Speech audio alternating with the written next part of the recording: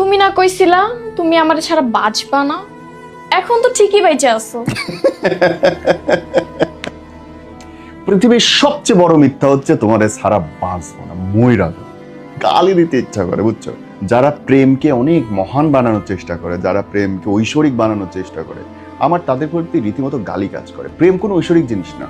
প্রেম খুবই বায়বীয়। এই পায়ের মাথা থেকে, মানে পায়ের আঙুল থেকে মাথার চুল পর্যন্ত প্রেম এর মধ্যেই বিরাজমান। এবং ঘুরে ফিরে যাই করো না কেন, একটা পুরুষ এবং একটা নারীর মধ্যেই একটা জিনিসই হইতে পারে, সেটা হচ্ছে শরীর বৃত্তীয় মানসিক আকর্ষণ।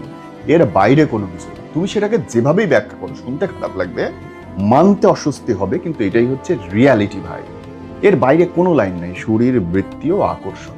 লাইফ কেটে যাবে এইটুকুর ভেতরে। এই 60 বছরের জীবন শেষ। খুব ক্ষুদ্র জীবন আমাদের।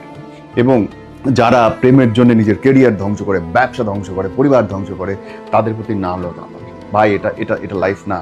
এটা লাইফ না, হইতে পারবে না। তুমি যে কোনো কিছুর বিনিময়ে, যে কোনো কিছুর জন্য নিজের কেরিয়ার, স্বার্থ, ভবিষ্যৎ নষ্ট করতে পারো না। প্রেম খুবই খুবই ঠুনকো একটা জিনিস, খুবই ভেগ একটা ধারণা।